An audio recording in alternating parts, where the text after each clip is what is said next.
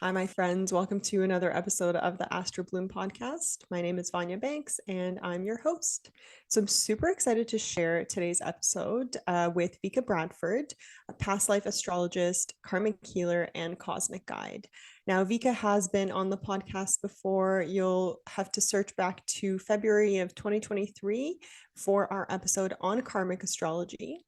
And she is just a beautiful soul sister of mine, and that really empowers people to heal their karmic wounds, understand their past life energies, and really step into their power in this life.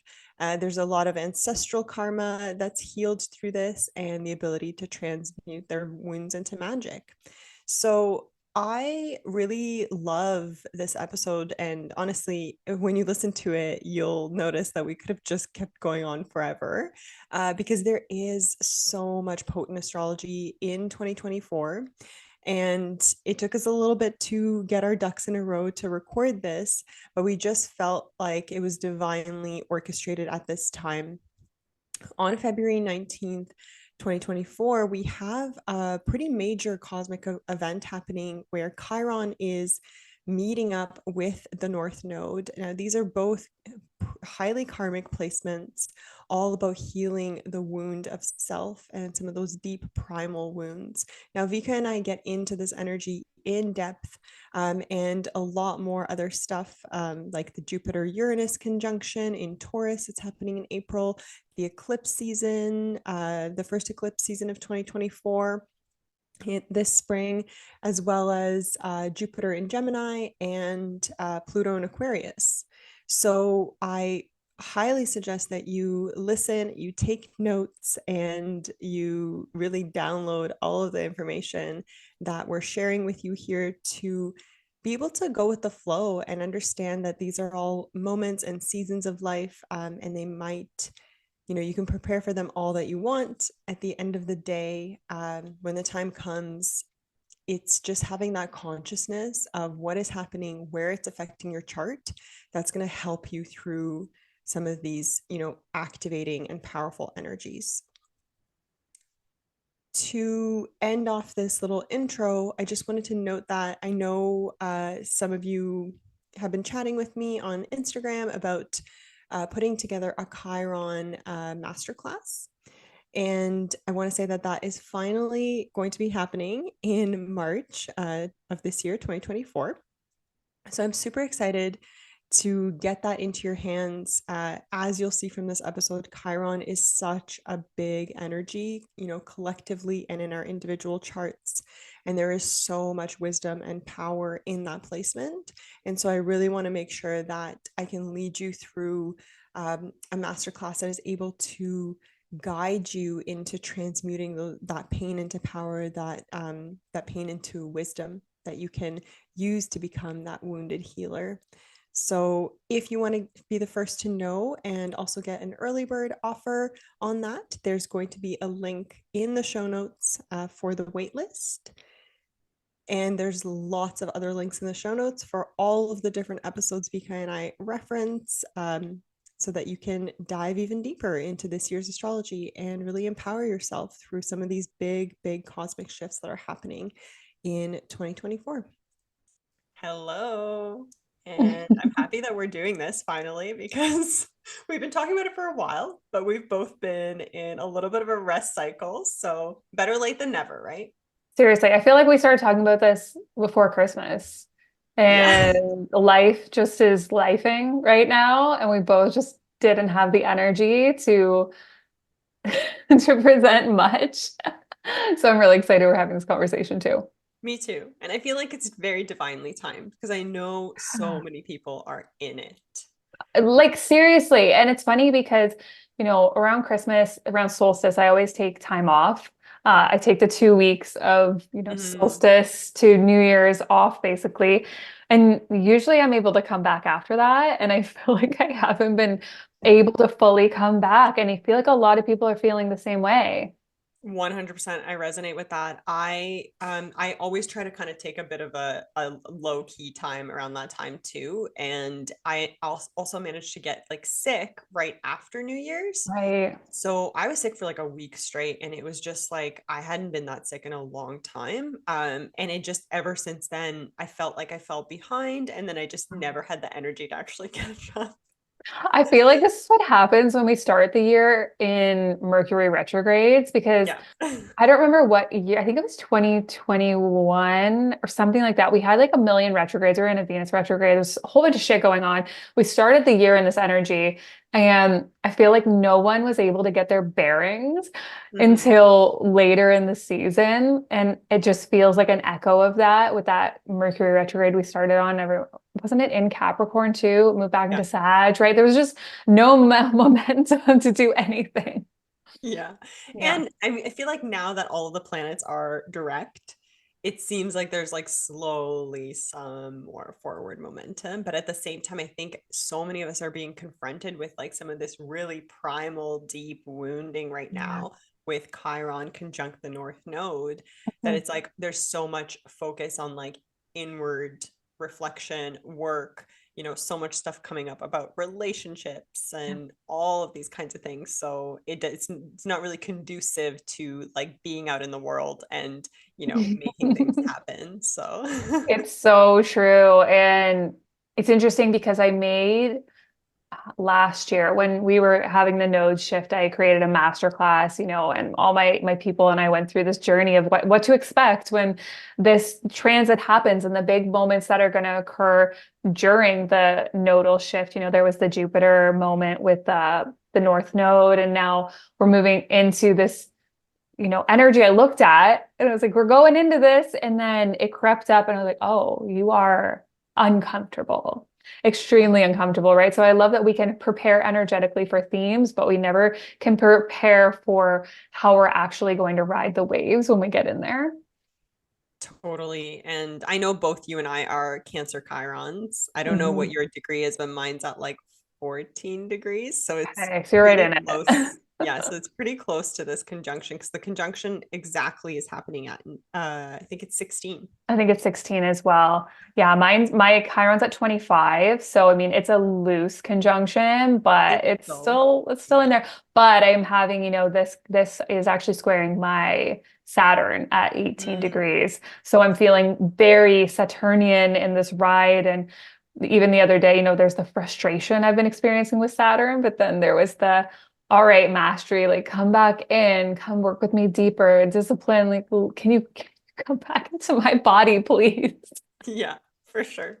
Mm. Oh, yeah. So, I mean, probably an amazing opportunity for us to get into more Yeah. of this Chiron North Node conjunction and what people might be feeling and why they might be feeling it, and, how to maybe surrender to it or move through it. Yeah. Do you want to lead us off with kind of what Sure. you're sensing? And then we'll go. Yeah. It's interesting because the first, moment of realizing that this conjunction was happening was actually when I was paying attention to Mars on top of Pluto, this conjunction happening there. And I was really focused in. I was like, oh, wow, this is a very intense moment. And I was feeling into all of the frustration, the anger. I was witnessing so many of my clients and students experiencing this frustration and anger and willpower being challenged and freedom being challenged. I was like, okay, all right, all right. And then I was like, oh, but there's this whole other layer that's happening simultaneously, really poking the bear around, remembering who the fuck you are and the loss of identity that has really occurred with this ride of Chiron and Aries, which is fascinating because, we're going to be moving into Neptune and Aries in the next couple of years too, where I'm like the complete disintegration of identity is it's Mhm. like Chiron had to guide us through so that when we get to that Neptune transit, it's going to just disintegrate everybody. And no one really knows who they are anymore. I feel like everyone's just trying to figure out who am I? Why am I here? What am I doing? Everyone's trying to find their energy again. Everyone's trying to really restore their power, their inner warrior, and their ability to fight for what they believe in. But it also layers into war, right? And the amount of upheaval going on in the world right now. And the inability to accept anybody else's viewpoints, or there's just like this missing Libra link happening sometimes or it's sometimes an overbearing Libra energy of like, I'm right. And this is just, and there's only, one way to go. Um, so it's interesting with the Chiron energy where I'm just witnessing, how this wound of, I don't know who the hell I am. So I'm going to either attack the outsider or the other, or I'm going to disassociate, disconnect from who I am. And there is a bit of victimhood coming through, that's complete loss of power and the melancholy that comes with that when you're like, I don't know who I am. So I'm just gonna, either fall away, disintegrate, or I'm just gonna be angry. I'm just going to be raging out. And that's something I've really witnessed. And then the relationship piece has been fascinating because I feel like a lot of people are either losing friendships right now is a big one, with the Aquarius energy coming through, the Libra South Node energy coming through, the wound of I don't know who I am, or you're exerting your will on me and you're forcing me to think the way you think or whatever it is. A lot of friendships are ending. A lot of friendships are blossoming. A lot of people are witnessing I'm in misalignment in my relationships. Why am I in this relationship? Or something that's been coming up deeply for me and all my Aquarian energy in my chart is I've really isolated myself, right? And I have really not been wanting to dive into deep friendships, one-to-one in person, like keeping everyone at an arm's distance by being, in my online space and in my home and hermiting sometimes too hard. I feel like a lot of people are witnessing things like that coming up as well. Yeah, I think that's such a good synopsis of some of the things that are going on. And just to backtrack a little bit, I wanted to maybe tell people that this exact conjunction of Chiron, which is an asteroid in the sky, and the North Node, which is sort of our North Star that we're all learning about right now. The North Node is a really karmic point. Yeah. And Chiron, I'd love to get into the mythology of that and sort of the meaning behind Chiron as well. To help people understand a little bit more about like what that energy really means. But the exact conjunction is happening February 19th, at least in Eastern Standard Time. But we've been feeling this like since the beginning of the year. And I think we're going to keep feeling it into like May because it's so slow moving, right? Yeah. So, Yeah.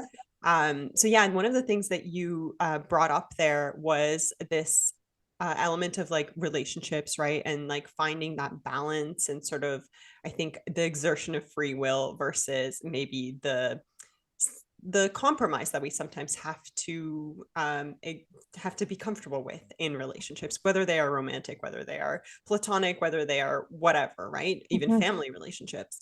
And I think there's a lot of people, because one of the things that really struck a chord with me that I'm seeing right now is this victimhood energy, which is really connected, I think, also to Saturn and Pisces, like that low vibration. And Neptune. Yeah. Exactly. And Neptune and Pisces, this low vibration of like self-sacrifice, victimhood, it's everyone's fault except for mine because I've martyred myself and now I'm powerless. And I think that also comes up often with this Libra South Node because with the Libra South Node, it's like the shadow of that is giving up our sense of individuality and like our desires and our identities to be in peaceful relationships, to maintain the peace, to avoid conflict, to avoid confrontation. And out of that dynamic naturally emerges the victimhood dynamic because we then wake up and we're like, well, who the hell am I? And why have I given all this up for you? And then it's easy to say, well, it's your fault.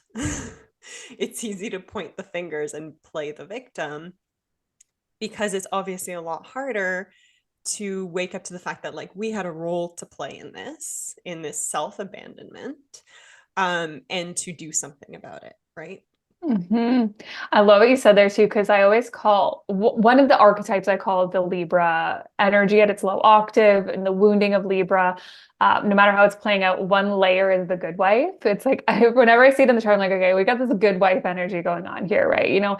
This energy where, yeah, you're going to keep the peace. You're going to keep that boat, from rocking too intensely. Make sure that everyone's good. Be that peacekeeper. And to be the peacekeeper, is to violate your own boundaries a lot of the time, right? Because, if you don't keep that peace, then what could happen, the disharmony that may happen in Libra, anyone who has Libra placements will see disharmony in the world. This is just a part of being Libra. Is like, as much as you want to balance everything, you're going to see how out of balance everything is, right? And so there is this continual want or desire to balance continuously. But if we really think about Libra, the scales are always moving, right? They never stop. Even though the Libra energy wants so badly to get it right in the middle, make everything equal. But that's not life, right? Life is polarity. Life is this ever ebbing flow of energy.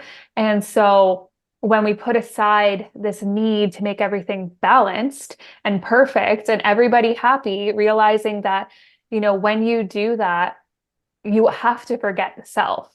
But when you forget yourself, you forget the polarity of the axis of Aries and Libra. And all of a sudden, now the chart is out of balance. You cannot exist in one sign or one house, or it doesn't work, right? Exactly. Yeah. And it's interesting you brought up this idea of like balance as well, because that's something I've been thinking about lately. I have my Lilith, Juno, and Mercury retrograde in Libra, and it's a big T square in my chart. So it's a constant, like this whole good wife peacekeeping thing is definitely it's definitely a thing that I've struggled with in the past. But one of the things I've been thinking about lately is how, we're all striving for more balance, but balance doesn't mean that the scales are always equal. Well, maybe that is the literal translation of balance, but I think what we're actually looking for is harmony. Like we're looking to find that, to be in a state of equilibrium, and equilibrium doesn't mean that the scales are even. It just means that we're continuously moving towards that even place. So we're finding the harmony. We're able to harmonize, right? To find when we're off center and to kind of move towards that. And then maybe we tip the other way too much, right? Maybe we're too independent, where maybe we're too focused on the self. And then we realize, okay, we actually need relationships to thrive, right? And that, I think, is a big element of kind of what's just been happening in general with our Aries Libra eclipses that we've been having since, the fall of 2023. But also now that Chiron is meeting up with the North Node, it's becoming more and more highlighted, right? Yeah, absolutely. And Chiron being that energy of, the soul wound, this inner, right now, collective wound of loss of identity, sense of self, doubting who you are, that interruption of solidity in I am this and I'm firmly standing in this place and I'm going to initiate from here. And it's actually interesting when I'm thinking about, themes that have come up over the last, I feel like it went into, or Chiron went into Aries in like 2018 or something like that. It was around there, but how much people talk about now, chronic fatigue, and people are trying to get their energy back. People are trying to eat differently to get their energy back, which is also Taurus Uranus, which we'll get to. But people are trying to find their energy again, right? And Aries is vitality. It's the Mars energy. It is vital life force and our ability to exert our will. And with we just moved through, or it's still kind of happening as we're having this conversation, the Mars on Pluto, the conjunction of this energy, it is, and it's a willpower struggle. And so is Chiron on the North Node, is this willpower struggle, but it is collectively inviting us to find our power again, turn that inner warrior up again, find something worth fighting for. When I look at Libra and Aries, I'm always like, all right, Libra is that peaceful warrior, right? But it doesn't always get to be peaceful when you're a Libra, because there is a justice battle that needs to happen. And then, Aries is fighting for something they truly believe in. It's like picking our battles at this time, but knowing that there is something you're going to have to fight for. There's something you're going to have to stand up for, be, a force. I'm even thinking about, a force of energy and how it comes in and, it can move things. Mm-hmm. And we have to be that force of energy somewhere in our life, right? And looking to that little slice in your chart and saying, for me, it's the seventh house in whole signs where my descendant is. I'm like, that's my relationships. And me having to be solid in who I am in relationships, but Mm-hmm. also I can't be too selfish and I can't be too overly independent because that's when that imbalance happens, right? So for everyone listening, where's that little piece in your chart that, are you leaning into being too righteous, too rigid, too, I'm just going to do this and I don't even care what's going on with anybody else? Or are you being in the good wife energy? Are you over focused on how everybody's feeling? Are you considering everyone to the point where you're forgetting yourself? These are little questions we can ask ourselves right now. Yeah, and I see that so much with my clients right now. Like a lot of, because obviously I work with like 99% women. Um, and, traditionally women have been taught to be this good wife Mhm. and to take care of everyone else's needs before their own. And as a result of that, I'm seeing a lot of stuff coming up now where, yeah, relationships are dissolving, they're ending, they're shifting, they're changing because women are choosing to, for once, honor their own needs Yeah. and follow their own desires. And at the same time, because Chiron to me is this really primal like wound of like, and especially in Aries, it's like this rejection wound, this abandonment wound, like being rejected and abandoned for our nature, right? For Mm. our identity. There's so much inner child stuff coming up for people right now, and like Yeah. the primary relationships in their lives, and some of the traumas and emotional needs that haven't been met, and how that actually has shaped, their current relationships and Mhm. relationship patterns.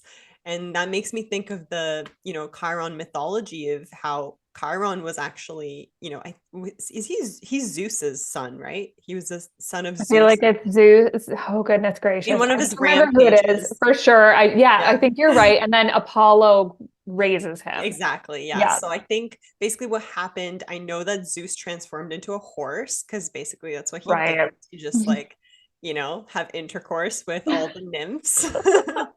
And then I think what happened from there was his mother was so disgusted that he was like Yeah. born a centaur. Centaurs were like these animalistic, wild Hmm. creatures, and she Drunken, abandoned him. crazy. Exactly. She abandoned him, and then Apollo and Artemis raised him and taught him to be this like sophisticated teacher and healer, and he trained and healed so many people.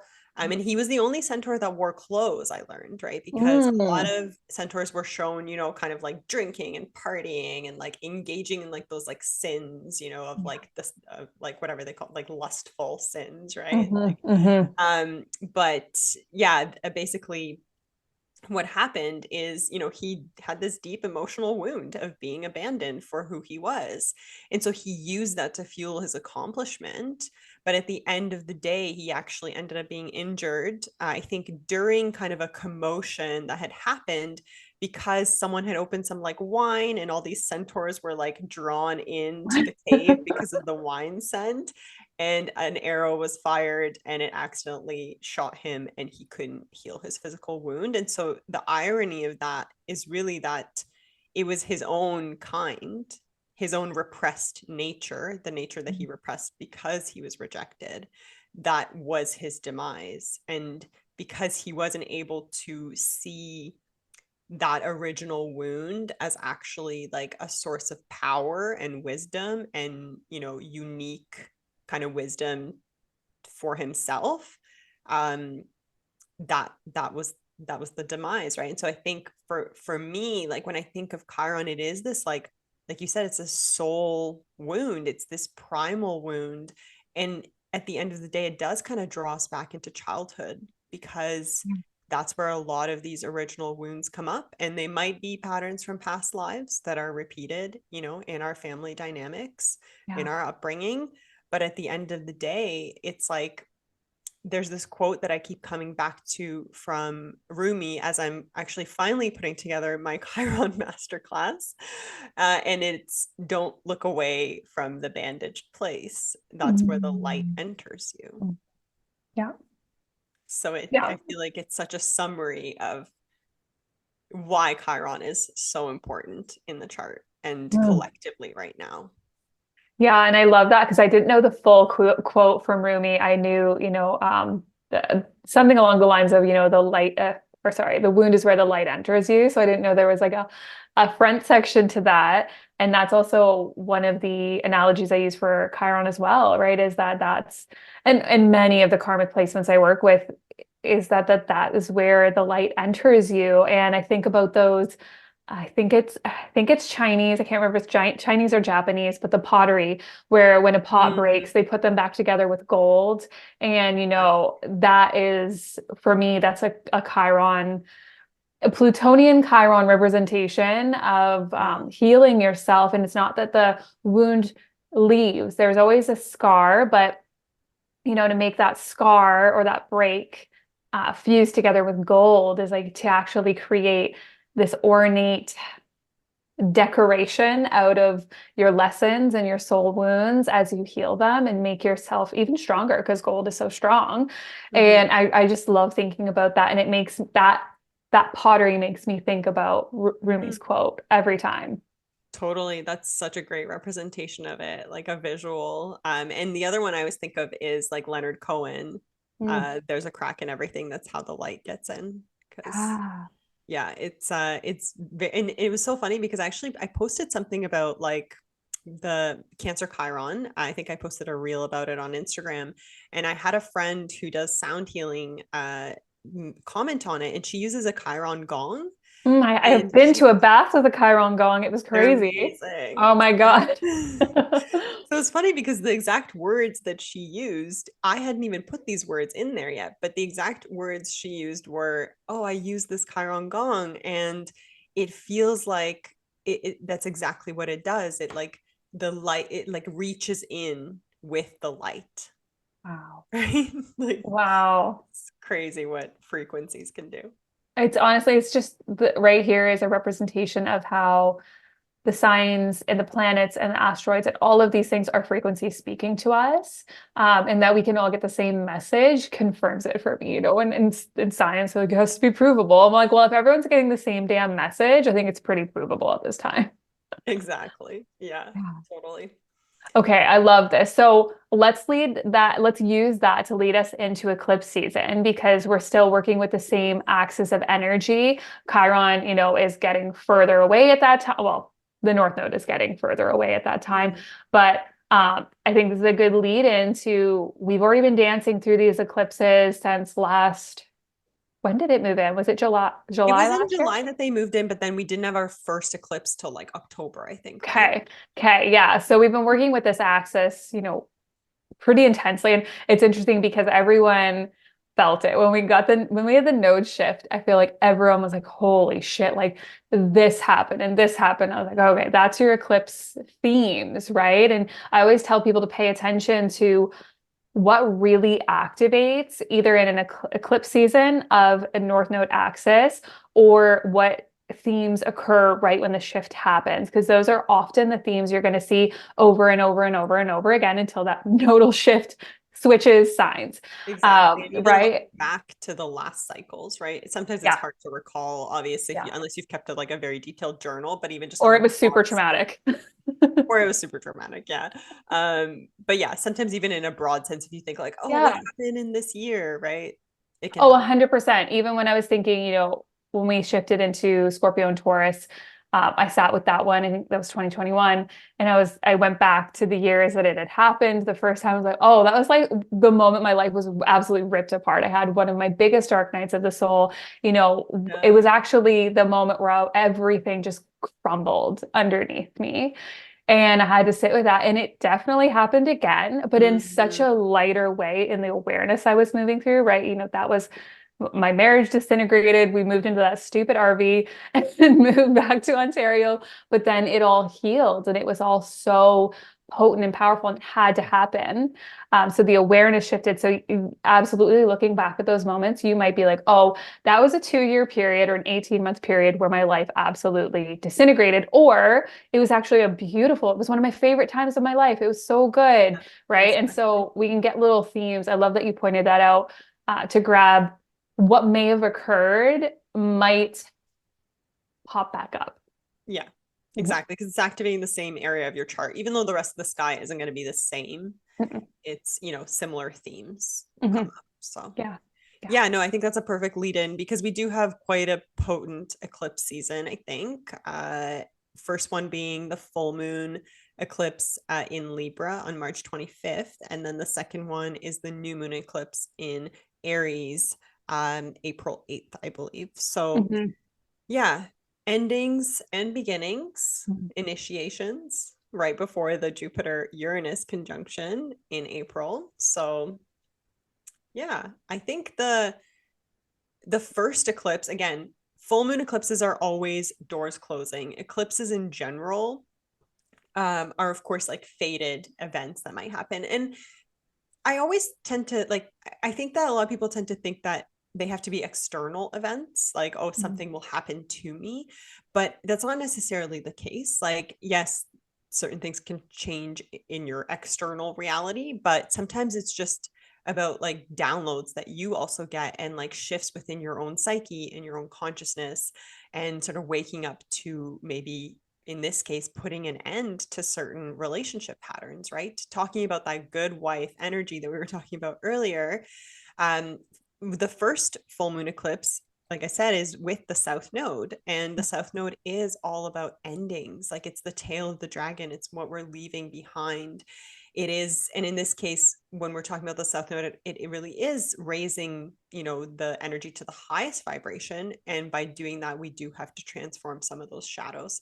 And so I think a lot of that collectively is like learning about our boundaries in relationships, because I want to double check, but I believe Venus is going to be conjunct the Saturn in Pisces at this time. So Venus being the ruler of the South Node in Libra, meeting up with Saturn in Pisces, which is teaching us all about like our energetic boundaries, what we take on that isn't ours, perhaps responsibilities that we take on for healing other people, and how we can actually, not enter that victimhood martyrdom cycle we talked about earlier, because we're taking on things that aren't ours, or we're giving up things that are ours in order to take care of other people or Mhm. to heal for them. And then we're feeling like a martyr, feeling like a victim, and feeling disempowered in that process. So Yeah. I think that that's a lot of the theme for, because it's also happening, right at the beginning of Aries season. We've just gone through Pisces season. There's been a lot of work around this whole all of these boundaries and lessons around energy boundaries, right? With the Mhm. sun illuminating Saturn.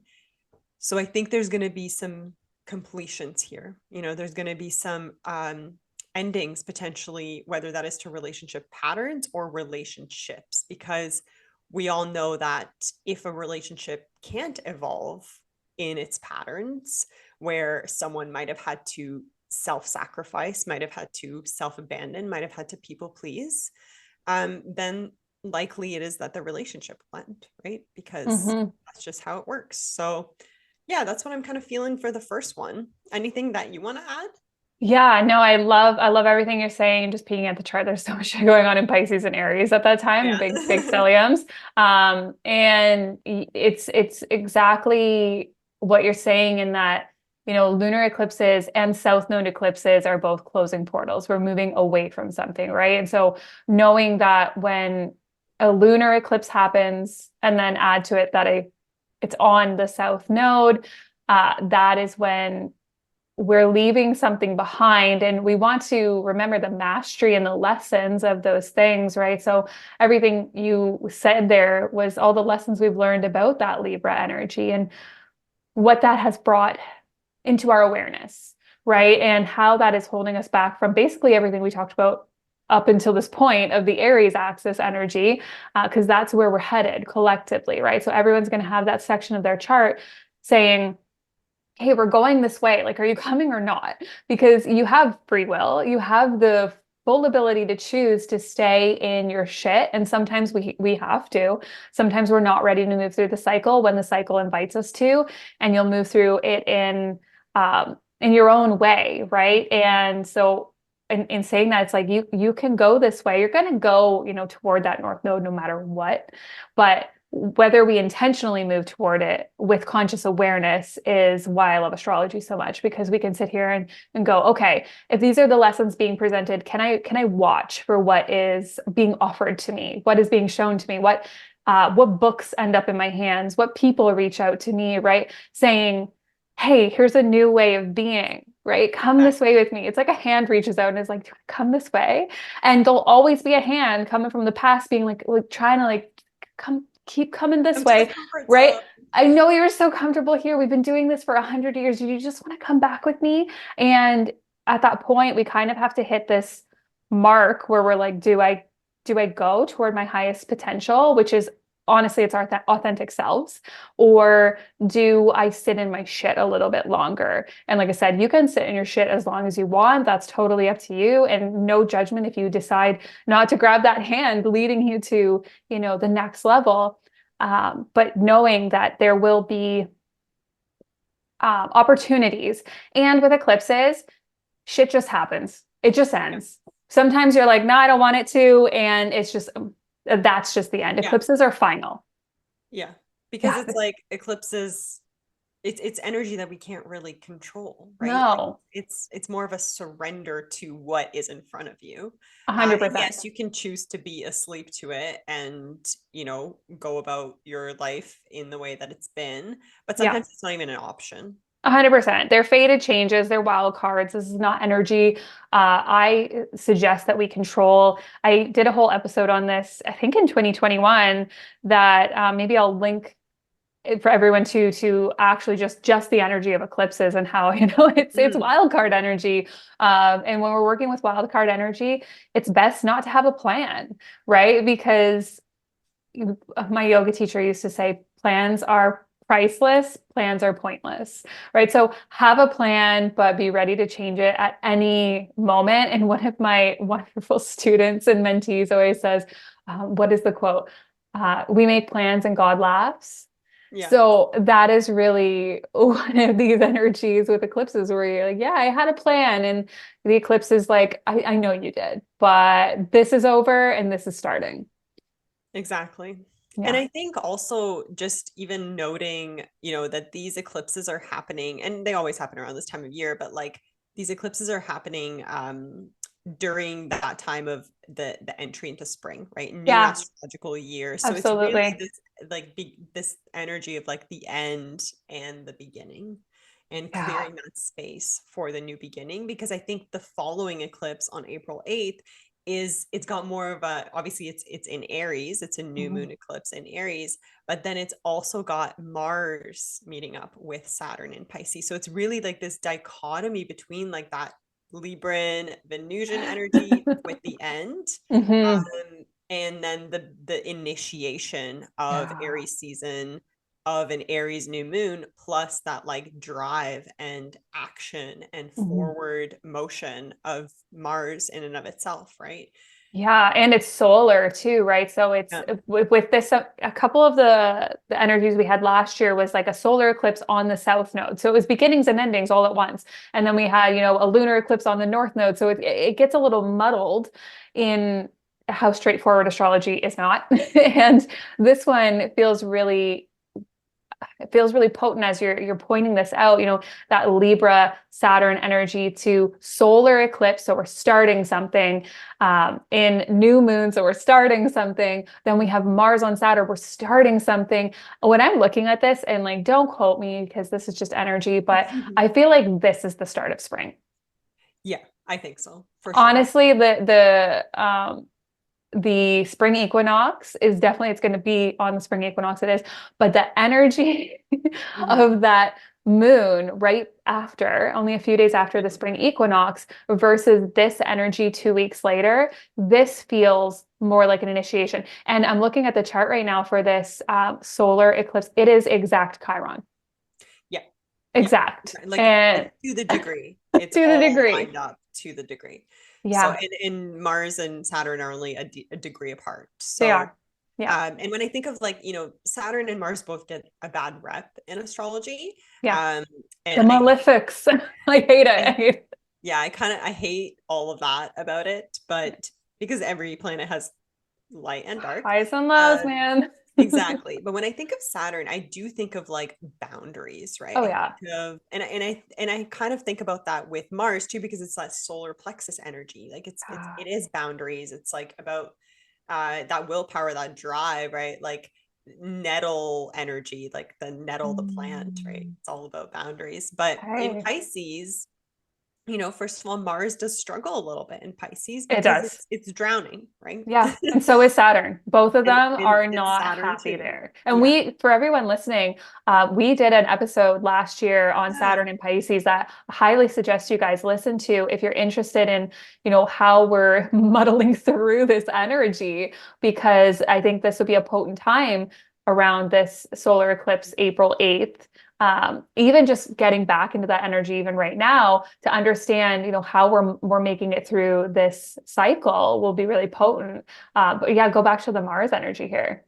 Yeah, no. I guess I was just saying that even though we have this like big initiation, we have this fire energy, like it might not be effortless. Like Yeah, it might not yeah. come super easily because the ruling planet of the eclipse is in a sign where it can't function that well. So it Right. really will have us putting in some effort to kind of create a new start with the things that have ended, the patterns that have ended, and really stand in like our authenticity and our integrity in our independence, right?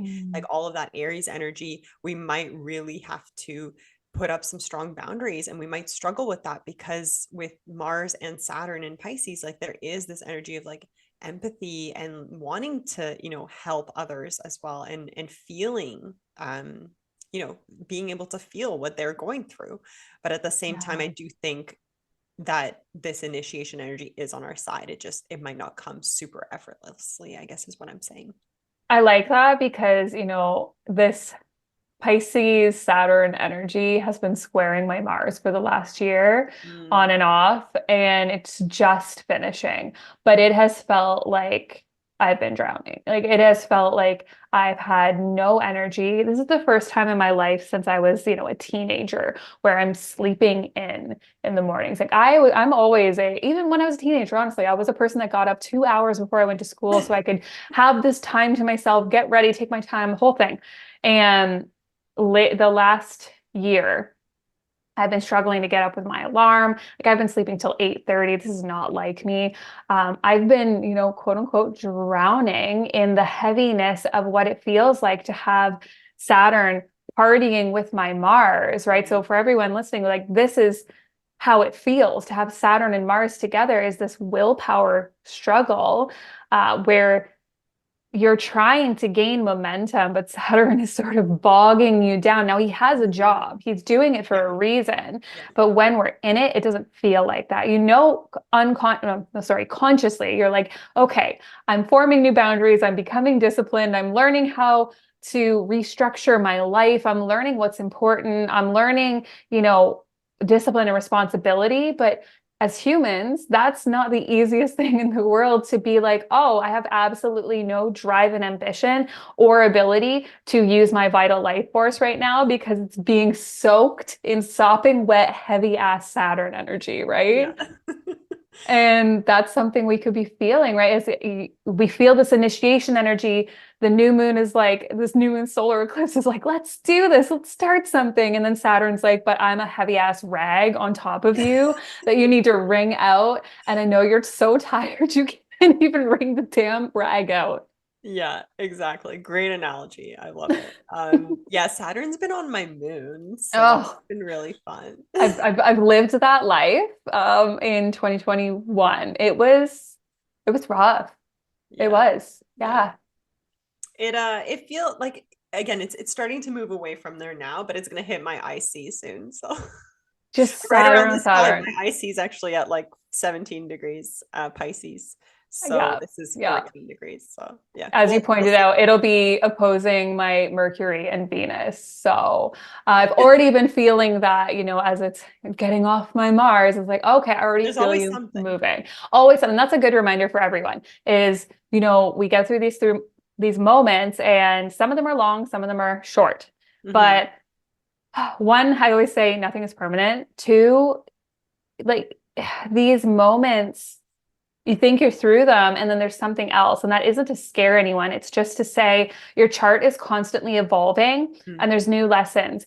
And when we can know what's happening, and I don't mean this like study your chart every single day and know exactly what's going on. I mean, when we can know the energetic themes of what we're moving through, we can work more easily with the ebbs and flows of our life, right? Knowing that Saturn is going to party with my Mercury and my Saturn, I'm going to be much more aware of my speaking, my communication. I'm going to be much more aware that I might go into writer's block. It's totally possible, right? Yeah. I'm going to be much more aware that I might be more volatile in my relationships. So I'm going to be much more conscious about how I communicate and show up for Josh, knowing that Saturn is going to be challenging my Venus, right? And so for you, it's same thing, right? Where you know it's going to be on your IC, you're going to be much more heightened and aware around home stuff and around probably around not being too hermity, but also taking your time to hermit, right? Yeah. And all these things. Exactly. Yeah, Yeah. totally. Yeah. Yeah, and I mean, like you said, there's so many different seasons and Yeah. there's light and shadow in both. And so you know, being a little bit more aware of it can just help you prepare Yeah. yourself and not be too hard on yourself in that process. Absolutely. Agreed. 100%. So I feel like it's a good time to move on to our Jupiter Uranus conjunction because that's happening in April. Hmm. And it follows, all of the Aries season energy, follows the eclipses. And even though, like we said, there's this initiation happening with the April 8th eclipse, although it might feel a little bit boggy, but we're still kind of able to maybe see those little seeds start to get planted in some way. Like there's some kind of initiation. Hmm. And then Taurus season and Taurus energy is all about like nurturing, gaining stability in those. Although stability is a tricky word to use here because we have Uranus involved. So, Literally. yeah, And why as don't I you? look at the chart, oh my gosh, like even the day it moves in and the day it's exact is, the sun at 1 degree Taurus. So we're just Yeah. stepping in, our foot is in, we're like, yay, let's build some stability. No, none for you. So Yeah. I love, I've been looking at this one. I've been excited about this one. I was listening to a really great podcast on, I think it was the astrology podcast talking about this conjunction last year. I was super excited about it. And it was talking about and it's so funny because Josh today started talking about this, not knowing that what I'm going to share with you guys had any interrelation to this conjunction. The last time that Uranus conjunct Jupiter was when the 40-hour work week was actually instituted I think by I Henry heard Ford. this. Yeah. Yeah. And so I didn't know it was Henry Ford until this morning, where Josh goes, did you know that Henry Ford introduced the 40-hour work week and got rid of people having to work basically till they died for money, and there was no labor rights and there was no Mm. protection of the laborer until this happened when Uranus was conjunct Jupiter in Taurus in like the 40s or something like that. So I think that's a really cool example and a lead in around Taurus and money and work and leisure leisure Mhm. time, sporting our bodies, not working ourselves to the freaking bone, which is a absolute low octave of Taurus, is I'll Mhm. work so damn hard to have the money, to have the things. But I wanted to lead in with that because it was such a cool energy. And all these people have been talking about this, unaware that this is about to happen. I've seen it all over threads, all over Instagram, where I'm like, why is this coming up? That's so Uh, interesting. Right. So I've been seeing people talk a lot more about, 4-hour work days and more Yeah. about, how in Europe there is siestas and they don't work as long and the 4-hour work week and all these things are coming up. So I'm like, what's happening?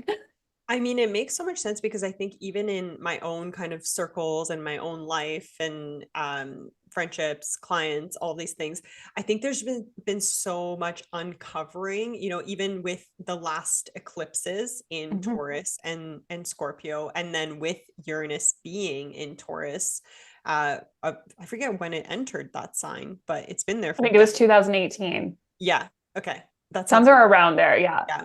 So even since, as Uranus has been moving through Taurus, there's just been so much of like waking up to our values. Like, what do we Yeah. truly value? And do we want to live a life where we're just like working to live, or do we, Hmm.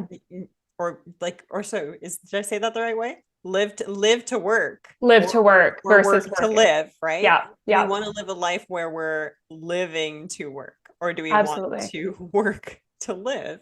And I think that that's kind of the thing that's coming up right now is people are realizing like maybe I don't need a 6 bedroom house. Right? Maybe I don't even need a 2 bedroom house. Maybe I want to live in a tiny home in the forest. Hmm. Like what actually matters to me, Yeah. and how do I live more in alignment with that? So I think that that's kind of what's getting blown up with this conjunction, which by the way is happening on April 21st, right? 20th, April 20th. 20th. Yeah, at around 7:15, 7:25 p.m., 10:25 p.m. Eastern, Okay. 7:25, Yeah. 25 I know it was Pacific. I think I keep getting confused with the degrees because the degree is the 22nd degree of Taurus, which I 21st. also 21st. You got it. oh, is it The first time. 21st? Yeah. Okay. Okay. 21st. Yeah. But Cool. still, you nailed it.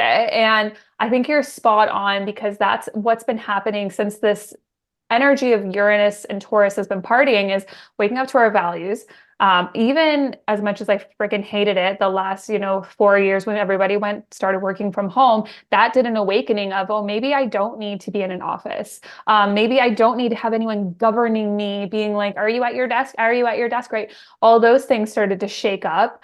The farmers' protests, Oh yeah. revolutions, the absolute, and it has been ramping up over the Yeah. last couple of months, right? We literally have countries in Europe spraying shit on parliament, literal manure. And I love it so Yeah. much, right? France, Because I Germany, was reading an article about this yesterday because they're like basically looking at implementing all of these atrocious taxes on like crazy. tractors and Yeah. like all of these And they've things. taken away their, oh my God, what's it called? Their fertilizer. They've rationed their fertilizers down so much that these farmers basically can't grow food.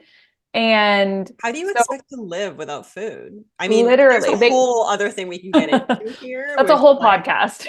it really is. Because I also saw something about how controlling the food supply is not the first time these Uh-huh. measures have been taken. And No. basically, I think it was in the 1800s, how the US government actually like hired people to kill wild buffalo so that the Uh, indigenous people could not sustainably live the way that they were living before, and they would have to move on to the reserves. So anyway, we'll leave it at that, but uh-huh, because uh-huh. I don't want to There's go some down other that. things in there too of England, in one of the famines where there was enough food and the nobility did, I can't remember what it was. We'll have to do a whole episode on this maybe. But the nobility did something to basically starve out the lower class, in one of the famines as well. I can't remember if it was the Irish potato famine or something like that, where there was enough food. And something happened where, again, food control happened. So I would be interested to see even what the chart was doing at that time, Yeah. because these are things that are happening, right? Our resources are, Mhm. and what it's doing now, it's like when you look at it and you're like, that is really insane. What's happening? Oh my God, everything's dying. The world is exploding. But what it's doing is awakening people to, I want to grow my own food. We need to get back Like, to sustainable farming. We need to get back to localized food growing as much as possible. Obviously, we still need importing fruits and things like that.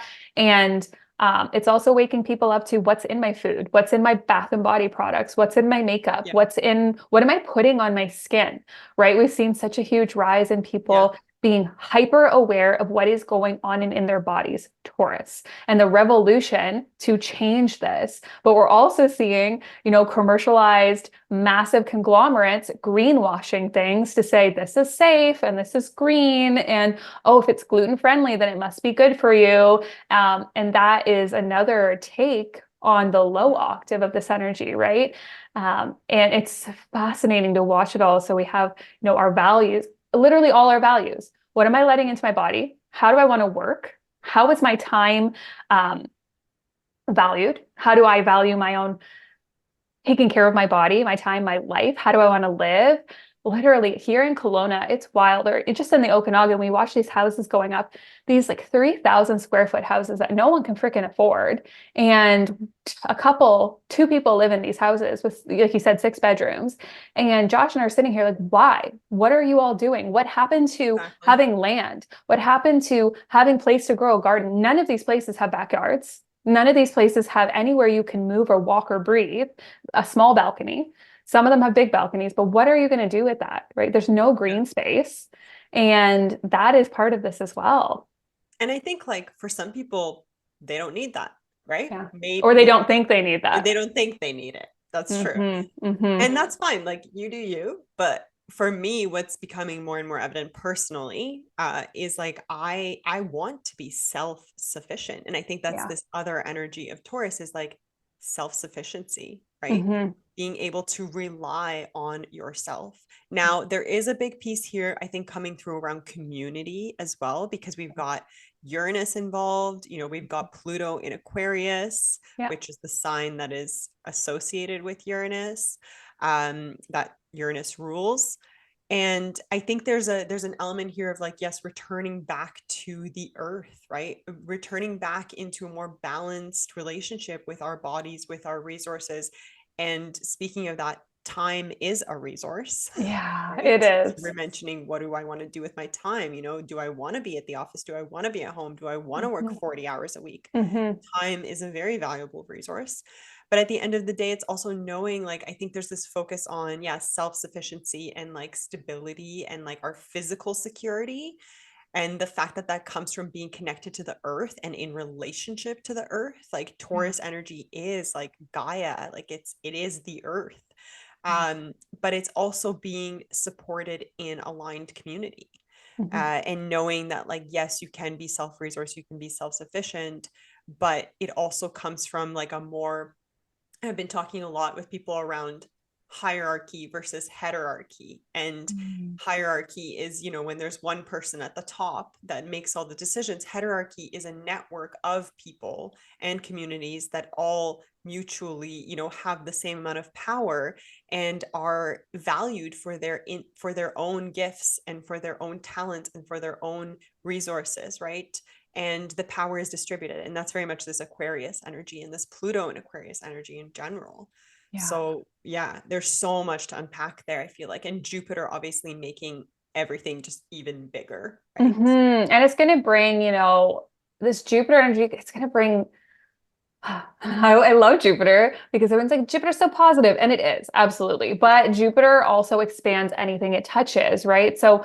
that sometimes doesn't mean good things happen. I just Mhm. want to point that out. It is going to bring optimism. It's going to bring faith. It's going to bring, the desire to shift things and the faith and the belief that we can shift things and that the revolution is possible. It's going to bring Mhm. possibility, but it will also bring overindulgence. It will also bring fanatical people, right? Yeah. Jupiter brings fanatics. It brings overzealous energies to believing anything can be done, and sometimes that's not for the greatest. So it can bring overzealous revolutionary energies where someone is just, or a group goes, we're doing this and we don't care about how it impacts XYZ because it's for the betterment of Mhm.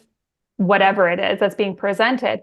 So there is an energy of riskiness, and it can miss the consideration point of others, which is sort of like the low octave of Aquarius too, right? Is to we all just need to think the same, dress the same, do everything the same, fit into this little box because it's for the better. We're all in this together, quote unquote, right?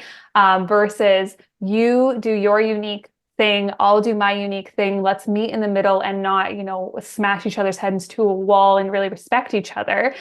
Jupiter energy is it can bring just this volcano of Yeah. too muchness sometimes. So there is going to be high octave, low octave. I think we'll see more explosive energies coming out of people. I think we'll see explosive events. And I don't mean that like literal explosive. I mean, shocking, right? Uranus is shocking. Jupiter expands that shockingness where it's going to be things where you're like, whoa, didn't see that coming. Oh my gosh, that's surprising. Or that was building and the volcano just erupted. And on the high octave, there'll be downloads, insights, so much knowledge coming through. I feel like these are the moments where metaphorically, if we could see ideas in the air, right? Ideas, knowledge, like if we're in this network of Akasha and information, and it could be a time where you can just reach out and grab that stuff, right? New ideas just like drop into your psyche. Exactly. And I think those ideas might really help us deal with our resources in a more responsible way, right? Yeah, I think In so a more too. sustainable way, because Yeah. we're talking about Taurus here. We're talking about agriculture, food, financial system. We didn't even get there, but obviously Yeah. finances are another thing Money. that's going to be changing. Uh, Absolutely. yeah, all of these things I think will be subject to some kind of change, Hmm. unpredictable change likely, Hmm. but it's not all good and it's not all bad. There's a 100%. mix there, right? And it's about, I think with Uranus, it's always like it's divine will. So Hmm. there's no controlling that, I No, think. no. I always say expect the unexpected when Uranus is at play. Yeah. So don't think you know anything. We can, like I said, we can touch themes and say, it's going to be money, it's going to be food, it's going to be body, it's going to be sustainability, it's going to be the earth. But how that's going to play out, especially when it's Uranus, do not think that you are going to know left from right until it happens. It's going to be like, oh, that's what it is. It Cool. could be one or it could be all of those things. Absolutely. Especially, if it's touching specifically a personal planet in your own chart too, then Yes. that's going to have a whole other personal layer to it. So, Yes. any fixed signs around 21 degrees, so Taurus, Scorpio, Aquarius, Leo will obviously have a little bit more tense aspects to Hmm. this Hmm. energy. And maybe any other earth signs around 21 degrees, which actually I just remembered my sun is at 21 degrees. Maybe have a bit more of Mine's a at 22. harmonious energy. Yeah, yeah, you're right. It's going to be trying both our suns because our suns are Yeah, having a party together. So yeah, and then that's where the complexity of working with an astrologer or studying astrology comes into play, exactly. because it gets complex from there. But knowing, the collective shifts, I think it'll be exciting. I think it will be exciting is a good word, good or bad. And I think it will, I don't even think it will be expansive. It will be a shift. It will be a moment where something happens to radically change the future. Exactly. That's And at just the what this end of is. the day, like no matter if whatever events happen, they might be challenging in the moment and they might be unstable in the moment. But again, like you said, it's just a moment. And even though this moment might be one that ripples out for some time, uh, at the end of the day, what it's doing is it's creating growth, expansion, it's giving Yeah. us faith, hope, for a more sustainable future. And it's also liberating us. Like Mhm. it's Yeah. liberating us. That's what it's doing. So yeah, the other thing that I just noticed in the chart too is I believe Mars and Neptune are conjunct in Pisces, making a harmonious aspect to this. Yeah, it's like it's a slow conjunction coming together there. Yeah. And Mhm. the part of fortune is at 24 degrees that day, conjunct Mars as well. So possibility, right? There's Yeah, possibility for good things to happen when we connect to the greater vision. exactly. When there's this lens of uh like unconditional love and Hmm. knowing that we're all connected also. Absolutely. Yeah. Absolutely. Yeah. Interesting. Yeah. Do you have anything else you want to add on that one? I don't think so. Okay. You know what? This- I think, you know what? I actually feel like I do. I do. Okay. One of the things I wanted to add that I did already kind of mention is this element of, community and Yeah. being self-resourced and all these things. So I guess the one question I kind of wanted to pose for both of us to maybe talk about just briefly before we finish off the Jupiter-Uranus conjunction is, how can people, given that you can't really prepare for Uranus, but how Hmm. can you maybe think about putting some preparations in place. And I don't want to sound like a doomsday person here, No. but I do think it's important to be connecting actively with people that you are like-minded with, like getting your community together, like feeling like you have places to kind of fall back on and people to fall back on, people that get you and people that understand and have the same values as you, right? Where you're aligned in your value system. So I think it's important to feel held in community at this time. And I also think it's important to, yeah, think about how can you maybe grow some more food this year, or be a little bit more efficient with your resources, with your time, with your money, take better care of your body than maybe you normally do, right? So just Yeah. these types of things I think are important to focus on right now. Yeah. And as you're saying that, it makes me think of something that comes up for me a lot. And I feel like this will resonate with most people listening is, how isolated we've all become. And in our isolation, we feel like, at least I feel, let me shift this. I feel like I don't quote unquote need anyone. All right. This is an energy I've been working with. I'll do it all myself. I got this. But at the end of the day, I'm completely reliable on my grocery store, my whatever I need to survive. It's outside of me. I have to go to a grocery store to get food. I have to go do all these things to get what I need, right? I have to go to Amazon to get the books that I'm obsessed with getting and my giant Amazon wish list of astrology books. And so what I'm thinking about is the disconnect of relying on each other. It used to be, you would get bread from Brianna down the road, and you Exactly. get your eggs from Susan over here. And then not to say that we need to shift completely to you need to have 100 places where you get all your food from, but is there some sort of way where we can come back into connection where we're sharing, we're bartering, Exactly. we're in community in some different way where sure, we're always going to need our grocery stores at this point in society. That's what we've created, and that's fine. But is there something else that can expand us in that, you connect with a local farmer and that's where you get your freezer full of meat? Or, Exactly. in my husband's case, his mom is Taurus out the wazoo. She doesn't even, I think she's a Taurus rising. We don't know her birth time. There's something because she is the homestead queen that has, her pantry, her whole basement is all canned goods and 4 freezers. They all Oh have my different goodness. animals in them. And I'm not talking small freezers. I'm talking like 12-foot Swiss long freezers. freezers. Yes. Of, one's beef, one's chicken, one's pork, and she has her pigs and her this. And Yeah. so not saying But we that need to is that go, energy. that is the energy, right? So I'm not saying we need to go full homestead here, but can we be in more connection where our communities are supporting us? Even another example is I love trades. Okay. Like you and I have traded Yeah. chart readings a million times. I'm having a breakdown. You're like, let's trade. And I'm like, yes, because that feels so expansive. I have a friend here that makes organic natural toothpaste. She's my jam. Her name's Gaia Smiles. Anyone who needs good toothpaste, shout out to Gaia Smiles. But she every year is like, I need a chart reading. And I'm like, I need toothpaste. So we do a trade where, Exactly. right, I get toothpaste and toothbrushes and like all my organic stuff. And then she gets a check-in. Yeah. And this is something where we're not giving all of our resources and money away to the corporations that aren't Exactly. supporting us as much as we could be, and back to friends, community, even like working with, when we need someone to check in on our bodies, are we going to someone where that money is going into their pocket? Are we going to the hospital, the corporations that actually aren't supporting us at all? This is something that's coming through.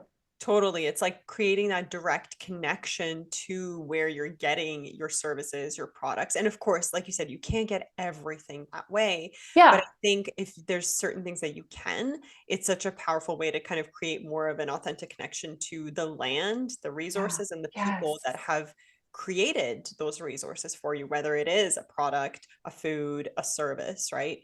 Like Yeah. I'm getting, for example, I'm doing like a trade for acupuncture soon, right? Like I'm doing Reiki and I'm getting Yes. acupuncture and I love it. stuff like that. It's amazing. It's perfect. And I'm even thinking about, Your teas are something Yeah. I invest in because A, I know what is in them. I know who's making them. I would rather give you money than anyone else in the world. I hire you to make custom teas for my clients, for my husband, for me. And now I have an energy going into my product. It's not even a product at that point to me. It's life force, where I can say, hey, Vanya, like I'm a mess right now. Can you make me a tea that will put me to sleep because I'm not sleeping through the night? Or, hey, I have this client going through this experience right now. Can you look at her chart and her transits? And I just did this for everyone listening, where I was like, my dear soul client needs this support. Can you craft something, right? Crafting and experience out of something so potent, and that connection between you and I, and then to that client, and the ripple out that happens versus the experience of me going, oh, I'll just go buy some tea from the grocery store Yeah. and there's no energetics put into that tea at all. I feel like that's something that could really shift in this as well. Totally. Yeah. I feel you there. And I so appreciate all of your support. And I Love your get so teas. excited whenever you're like, oh, I have this thing. And then I get to kind of put it together and make the Yeah, perfect. right. Like you got to make our wild woman teas for our retreats, which is one of my favorite teas I've ever had. It might be my favorite tea. It's a really good And it's so good, right? And the girls freaking go nuts for it. Last time we one. actually had it just at the retreat to sip on all the time. We made cold ones, we made warm ones. And it's crafted with the energy in mind versus just being, I just went out and bought some friggin' tea. Yeah, exactly. It's the energy that goes into it for sure. Yeah. Yeah, yeah. So that's a big Love piece, I think, of this Uranus, Taurus, Jupiter, but also the Pluto Aquarius frequency as well. exactly. Yeah. Yeah. So I think that's a great way to end off the Jupiter Uranus conjunction. Of hmm course, we could talk about hmm it forever, but Oh my I think God. it gives It's, people a yeah. bit of a Yeah, yeah, update on and what there to are expect. so many good episodes that are actually just fully focused on that. Yeah. That one I listened to on the astrology podcast, if anyone wants to go listen, I think it was like 3 hours long. I'm not going to lie to Wow. you. Yeah. It was extensive, but it was just so many good nuggets. I think it was 3 or 4 or 5 astrologers talking in there. So there are so many things. If anyone wants to go and listen to a full, 3 hour conversation on this energy, they're out there. Or just look at your chart, see what house is ruling Taurus in your chart, what is that house, and that's a really good way to start looking at, okay, what is this going to do for me? It's just what house is ruling Taurus in your chart, Mhm. and that might be an area where you might feel everything we just talked about. Exactly. Yeah. Yeah, And we'll link all of these things in the show notes too, so that yeah, people for can sure, find the for sure. the previous episodes that we've done and some of yours, and Hmm. yeah, that astrology podcast one as well. I think would be good. Yeah, yeah. Um, So you're or Jupiter and Gemini, is that where we're going next? sure. Yeah. Do you want to go Was there? there anything in between there you wanted to hit on? No, I don't think so, because that's pretty much the next thing Yeah, that's it coming is up. That's May. happening in May. Yeah. And then yeah, we'll see where we get to, because I think we might be. Oh, we're blasting their ears at this Yeah, point. yeah, that's okay. Yeah. Yeah, maybe we'll end here. I'm just thinking, is there one more? I think this was like the last energy I really wanted to talk about, other than Pluto shifting back into Capricorn, but maybe we'll just like do that another time. Yeah. But this energy, I'm excited because it's funny because this year everyone was like, oh my God, this looks like a really intense year. And I was like, I don't know. It doesn't feel intense to me. It feels okay. And in saying that, no, as you're listening, that's me saying this in a moment of a death period in my life, an absolute death period. Pluto's going onto my IC, opposing my midheaven. I'm going into a cave of death, and that's okay. But See, I even had a very opposite feeling with 2024. I was like, okay. not that I thought like, oh, it's going to be intense, but I thought like this is the year where some big things are shifting. Hey, okay, so fascinating. And it 100% is, right? It 100% is. And maybe I was just in this moment where I was like, fuck it. Fuck it all. I'm going to bed. So I feel excited about Jupiter going into Gemini. And I'm saying that after Jupiter squaring all of my Leo placements and my Aquarius placements. And then it's going to square almost all of our Plutos that have Pluto in Scorpio at some point. So, all my fixed placements, which if any of you guys know me, I have a lot of fixed placements. Jupiter has been just square party, right? Just a Yeah. freaking square party. But as it shifts into Gemini, I'm going to have another square party because I also have all the mutable placements. So do you. So, but I feel excited about Jupiter and Gemini. It feels okay. What I'm getting is like it's going to be lighter, obviously, because Jupiter and Taurus is more dense. It's even Yeah. though it's Jupiter, it's dense, it's firm, it's stable. It's sometimes it feels immovable. Hmm. And as it moves into Gemini, it's kind of we're getting that air back, we're getting movement back, right? And so I feel when I'm sitting with it, I think what I'm excited about is movement Hmm. and a little bit more play coming back into our lives because we haven't really had much Gemini energy since the nodes were in Gemini and Sagittarius in 2020. That's true. And right. And then, other than Gemini season, we haven't had a lot of Gemini energy Hmm. happening. And even though Aries, we've had so much Aries energy happening, and it is a playful energy sometimes. Okay. But we've had Chiron with it. Yeah, which is just not making it super playful. Not playful, right? If you took Chiron out of the Aries energy we've been working with, I think it would feel a lot different. And we'd be much more excited and in a state of play with the North Node, with, whatever's going on in there. Hmm. But with the Gemini energy, because there's, nothing going on in there other than, the inner planets, which move fast. And I feel like it's just going to bring a breath of fresh air, maybe a little bit of nervous tension. A little bit. I think That, some right? some anxieties Some maybe. anxiety, some a little bit of our minds moving too quickly. But I do feel like a lightness is coming with that particular transit, inviting us to, it's kind of like with Gemini, it's the cosmic joker. He's coming along, and in Jupiter particularly, this jovial Zeus force comes along and is like, why so serious? I literally watched The Dark Knight last night with the Joker. So this is perfect. Yeah. Why so serious? Yeah. Why have we been so freaking serious? That's what my message is coming in when I'm dropping into this energy. Yeah, well, I love that. I love the lightness of that. And like I think there's like a curiosity there too, right?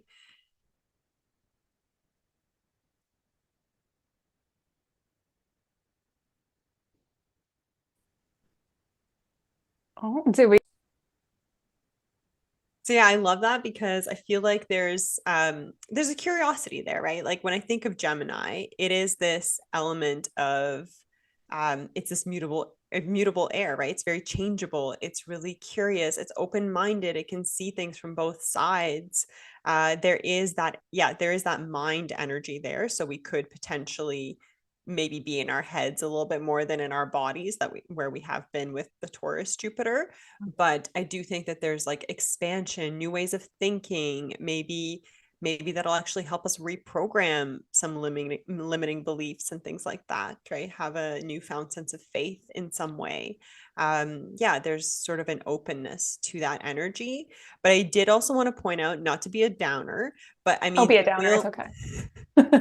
it will square Saturn and Pisces True.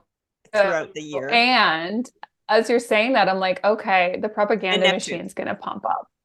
So, Okay, even more the propaganda machine. The oh propaganda yeah, machine is yeah, gonna be like, exactly. oh, here we go. Media, misinformation, disinformation. Oh, that'll be a whole thing. Exactly. That's what I'm thinking. Like, I think the media and like just like social media in general is going to feel Mm, it.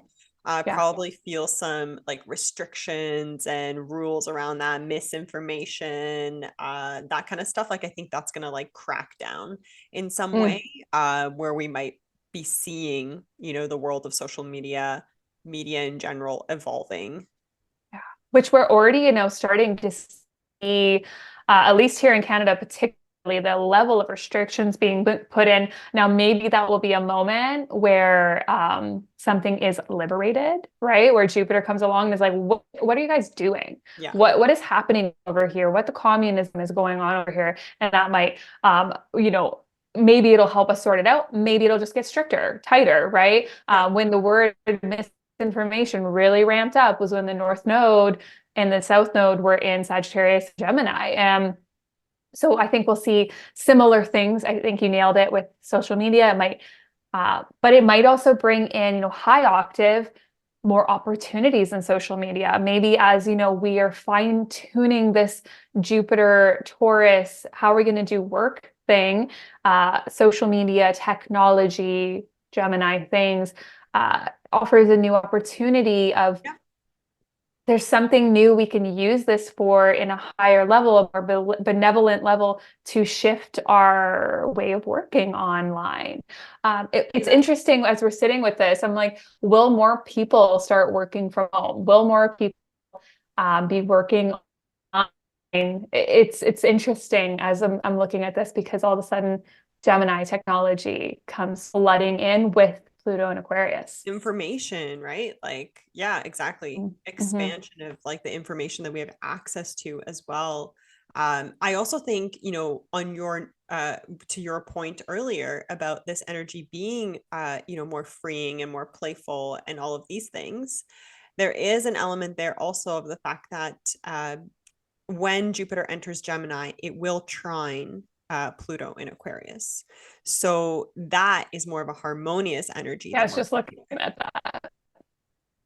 So there is that element of like liberation. Yeah, there could be. I mean, every time I see a trine, yeah, support for it, right? There's like a flood of, if you want this, like there is support here for the revolution. There is support for us to go into the underbelly and see what has been misaligned and change it, right? There's hope, there's Exactly. faith. And when it goes in there, it'll be conjunct Venus and the sun.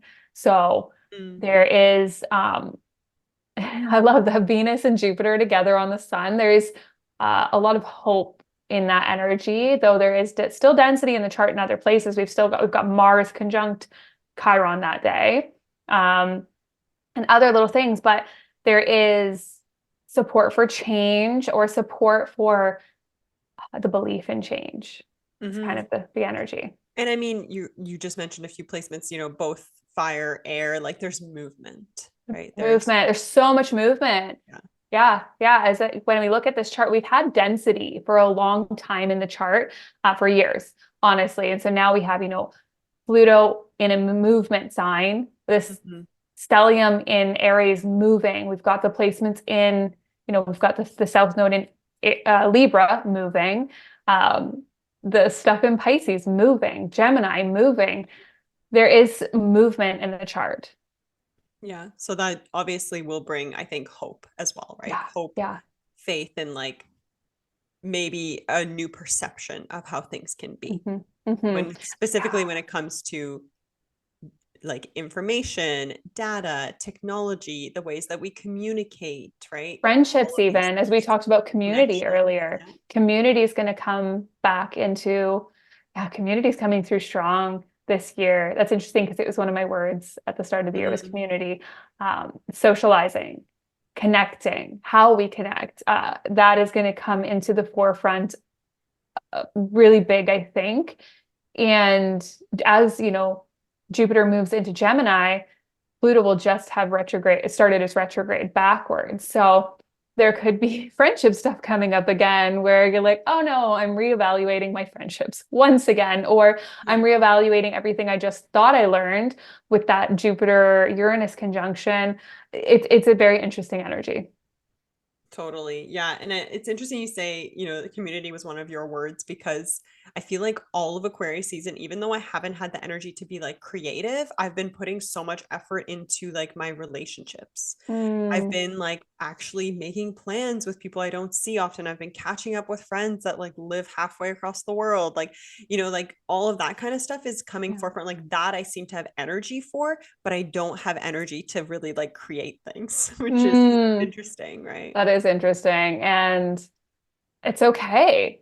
Yeah. It's okay It's at the that same Aquarius time. energy. Yeah, right. It's like you're just listening to what that's bringing up for you. And that's a potent thing to follow, especially as manifestors. It's like, it's okay. Yeah. Yeah, exactly. And I mean, Yeah. now that we've also mentioned Pluto and Aquarius, do you think we want to get into that? Or maybe like we do also have existing episodes. I know that you have a few. I did one last year when it first entered Mhm. Aquarius. So there's lots of information in there already Yeah. to like to for people to kind of check out. So Yeah, I feel like going back to those episodes, yeah, you have one, I have two. And we can link, we have so many links, guys. You have so much homework to go into. so much Um, homework.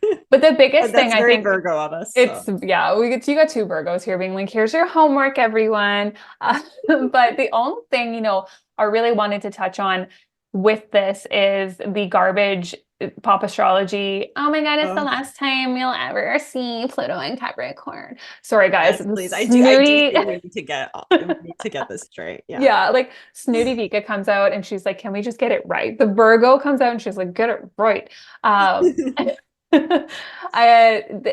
We have Pluto retrograding back into Capricorn. It's going to go back to 29 degrees. So it's important not only for everyone to know that there is a collective ride back through this final degree of Capricorn. The US election happens while that's occurring. I feel like that was divinely timed. There's so many things happening when it goes back to 29 degrees Capricorn that I feel like everyone needs to know that, because if everyone's kind of sitting there being like, oh, we're in an Aquarius, Age we're of missing, Aquarius. right? We're missing the finalizing moment Yeah. of what we have been doing since 2008. And if you have anything around 29 degrees of the, particularly of the brain, Cardinal signs. cardinal signs, thank you. It is important to note, or in the earth signs, right, that you are finalizing a huge moment in your life that's Yeah. been going on for at least 3 years. And this finalizing moment is a culmination. That last hit of especially a Pluto transit is Mhm. where everything makes sense. This I've been feeling into through 175 of my own Pluto transits. I feel like I've been through in the last 7 years. Plus, even just reading, I'm rereading the Hades Moon book by Judy Hall right now. And she verbatim said it again. She was like, the last hit of a Pluto transit is Yes. where everything comes clear. And I was like, yep, lived it, know it, yes. So that Always. is right every time. So knowing that collectively we're going to have that moment. Oh, there it is. It's solidified. That's what we Mm. were doing. And then if you have that degree in your chart, oh, solidified. That's what you've been doing for 3 years. So we aren't Mhm. even in the moment yet where collectively we go, that's what we've been up to, right? Yeah. That's coming. That's still coming. We're still finalizing. Like we might have had a preview of that, 100%. with the entry into Aquarius last March and with the Yep. entry into Aquarius this January, where we Yep. transited that last degree of Capricorn, the like cathartic, anoretic degree of Capricorn. Yeah. So we might have had glimpses of like, this is what's finalizing and this is the way forward. And I talk a lot about that switch from Capricorn to Aquarius in my episode, which I think is entitled Perfect. like, inner gold with Pluto or something like that, Mm. unearthing your inner gold. But yeah, it's really this final unearthing, right? And with Pluto and Capricorn, it was all about the structures, the hierarchy. Speaking of hierarchy, the hierarchies in your life that are not working. And that can be the hierarchy that you exist in with your employer. It can be the hierarchy within your romantic relationship. It can be the hierarchy in your community, in society. Like obviously collectively it's also happening because we're all taking a look at like, do we actually want to live in the way that the 1% have sort of prescribed us to live, Yeah, right? absolutely. And a liberation that's coming from that. So Mhm. yeah, thank you for bringing that up, because I do think that's really important to communicate here, that this isn't over yet, and specifically for dates, if people want to know, uh, Pluto retrogrades or is in Aquarius until September 2nd, and then it's going to retrograde back into Capricorn. And November 20th, it enters Aquarius again for good. And what's also interesting to note at that time is we will have a harmonious aspect to Uranus Mm. retrograde. It's Okay. not going to be exact, but Uranus will reach the 27th degree of Taurus and we'll have Pluto at the 29th degree of Capricorn. So that's going to happen like September, October.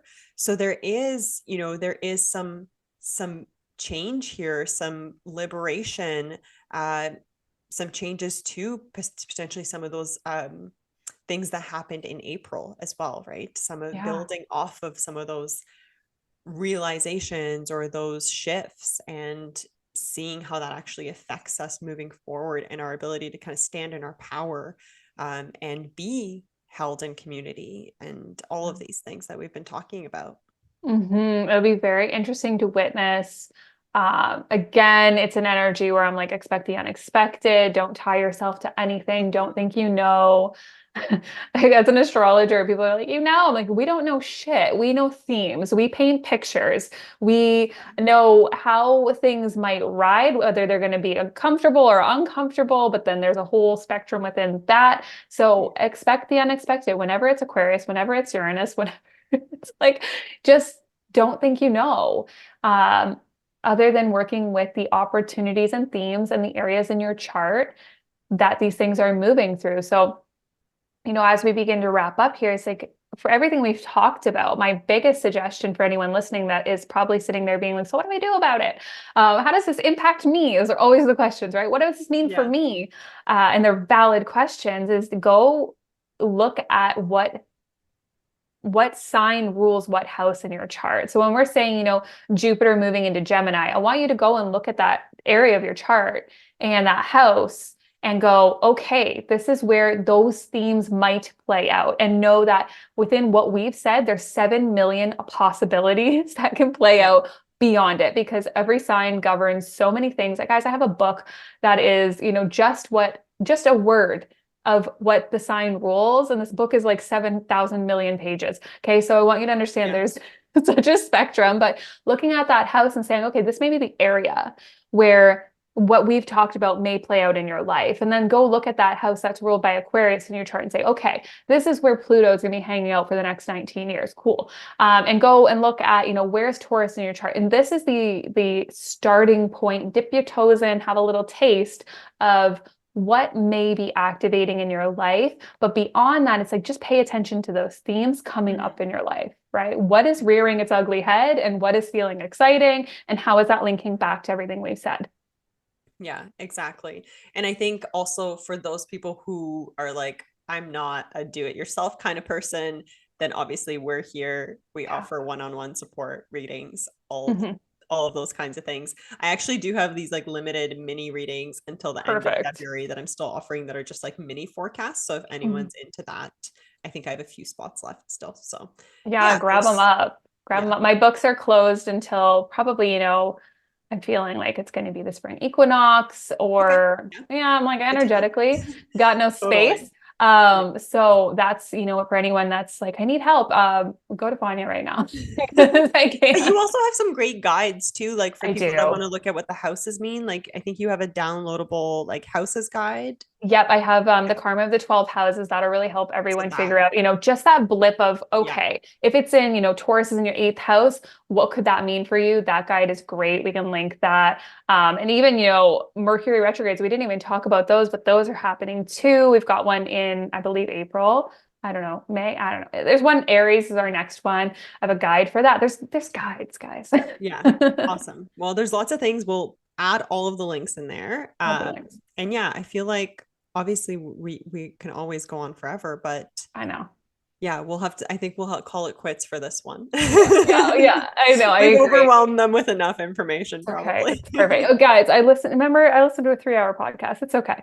But no, this has been, I think, really potent. And if you guys, if you have questions, thoughts, DM us on Instagram or shoot us an email, because your thoughts might prompt another podcast that may be something that we feel like didn't get touched or needs to get touched. And sometimes that's really great. As manifestors, we're not the best at receiving that, but sometimes we can try, right? Sometimes there is things where I get an email and I'm like, oh my God, I do want to talk about that. Right. Today, you mentioned wanting to talk about the North Node Chiron conjunction. I was like, I do want to talk about that. So, if you guys have those little things come through, we're like, well, wait, we missed this.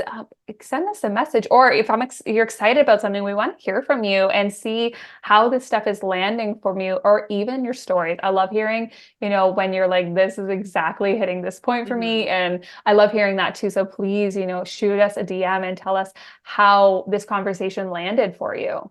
Yeah, I love that. Thank you for that. And Yeah. yeah, thank you everyone for listening, and Mhm. good luck this year. You know where to find us if you Mhm. need anything, and we love you. Yeah.